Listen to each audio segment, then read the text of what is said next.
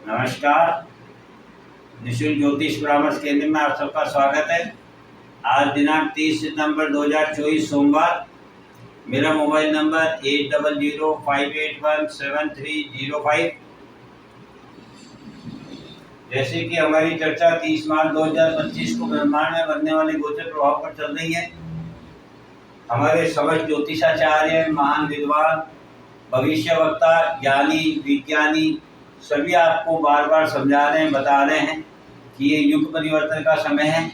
हम भी इसी विषय में भिन्न भिन्न प्रकार से इसको समझने का प्रयत्न कर रहे हैं। काफ़ी लंबे समय से इसे समझने का प्रयत्न कर रहे हैं।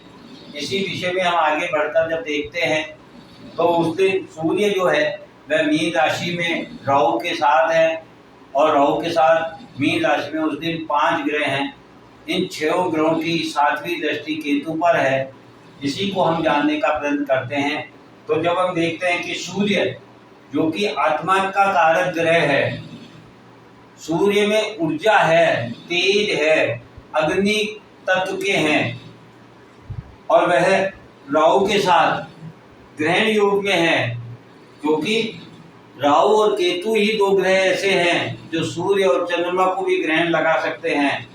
अर्थात उस दिन सूर्य जो है राहु के साथ ग्रहण योग में है, और मीन राशि में जो कि जल की राशि कहलाती है, मीन राशि अथवा सागर को दिखाती है, मुक्ति की राशि है। अब जो सूर्य आत्मा के कारक ग्रह है वह मुक्ति की राशि में, वह भी राहु के साथ, राहु जैसा कि हर भाव के प्रभाव को, हर ग्रह के प्रभाव को 5 गुना वृद्धि कर देता है। आत्मा जब मुक्ति की राशि में है, मुक्त होना चाहती है, तो राहु इसके इस प्रभाव में 5 गुना वृद्धि कर देंगे। अर्थात हमारी आत्मा छटपटाएगी, मुक्त होना चाहेगी, इस बंधन से मुक्त होना चाहेगी, हमारी इस सोच से, हमारे इस जीवन से, हमारे इन कर्मों से मुक्त होना चाहेगी। यह बता रहा है। सूर्य अधिकार है, सूर्य राजा है, सूर्य धर्म पिता है। किसी संस्था में देखें तो स्वामी है, क्योंकि सूर्य अधिकार को दिखाता है। सूर्य मान सम्मान है, सूर्य स्वाभिमान है, और सूर्य ही अभिमान है। सूर्य जो कि सिंह राशि है, इनके प्रतीक चिन्ह शेर हैं।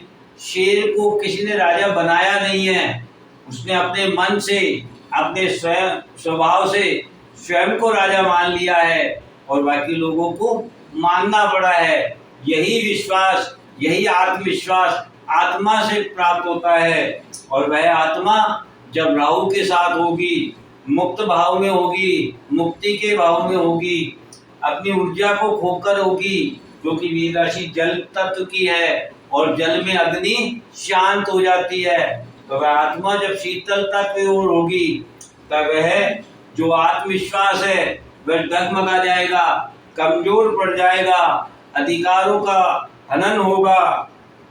राजा, पिता, स्वामी, कहीं भी हम देखें, किसी भी परिस्थिति में हम इस चीज को समझने का प्रयत्न करें तो मानव अपने अधिकारों से हीन हो जाएगा, वह कुछ करने की शक्ति खो देगा। ऐसी स्थिति में उसका आत्मविश्वास कमजोर पड़ जाएगा, ऊर्जा समाप्त हो जाएगी, और ऊर्जा का समाप्त होना अर्थात जीवन का अंत होना। क्योंकि जब तक शरीर में उष्णता है, गर्मी है, तब तक जीवन है। मृत्यु पश्चात जीवन, शरीर जो है शीतल पड़ जाता है, ठंडा हो जाता है, शांत हो जाता है। इसी प्रकार से जो अधिकार है, मान सम्मान, स्वाभिमान, आज हम जिन चीजों के लिए अपनों से युद्ध कर रहे हैं, अपनों से विपरीत प्रभाव दिखा रहे हैं, अपनों से दूर जा रहे हैं, अपने व्यक्तित्व को, अपनी पहचान को खोते जा रहे हैं, वही अधिकार, वही मान सम्मान, वही स्वाभिमान पर जब ग्रहण लग जाएगा, जब राहु इसको ग्रहित कर लेगा, तब हम, या हमारे घर में पिता हों, या हमारी संस्था के स्वामी हों, या हमारे देश के राजा हों, वह ग्रहण योग में होंगे। अर्थात वह शक्ति विहीन होंगे, वह कुछ करने की शक्ति खो देंगे।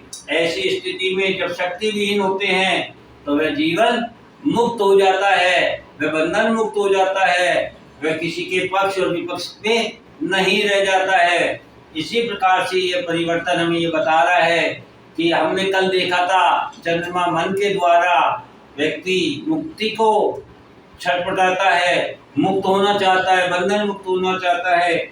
आज हमने देखा कि सूर्य जो कि आत्मा का कारक ग्रह है, आत्मा भी मुक्त होना चाहती है, बंधन मुक्त होना चाहती है, शक्ति विहीन होना चाहती है। अर्थात ऐसी स्थिति में यही परिवर्तन है। यदि इसे हमें शुभ करना है तो हमें अभी से समझना होगा, सूर्य जो कि ब्रह्मांड में चमकता हुआ सितारा है, जो प्रकाश देता है, ऊर्जा देता है, हमें जीवन देता है, उसको समझना होगा। क्योंकि सूर्य कभी किसी में भेदभाव नहीं करता है, सूर्य सबको समान ऊर्जा देता है, समान प्रकाश देता है।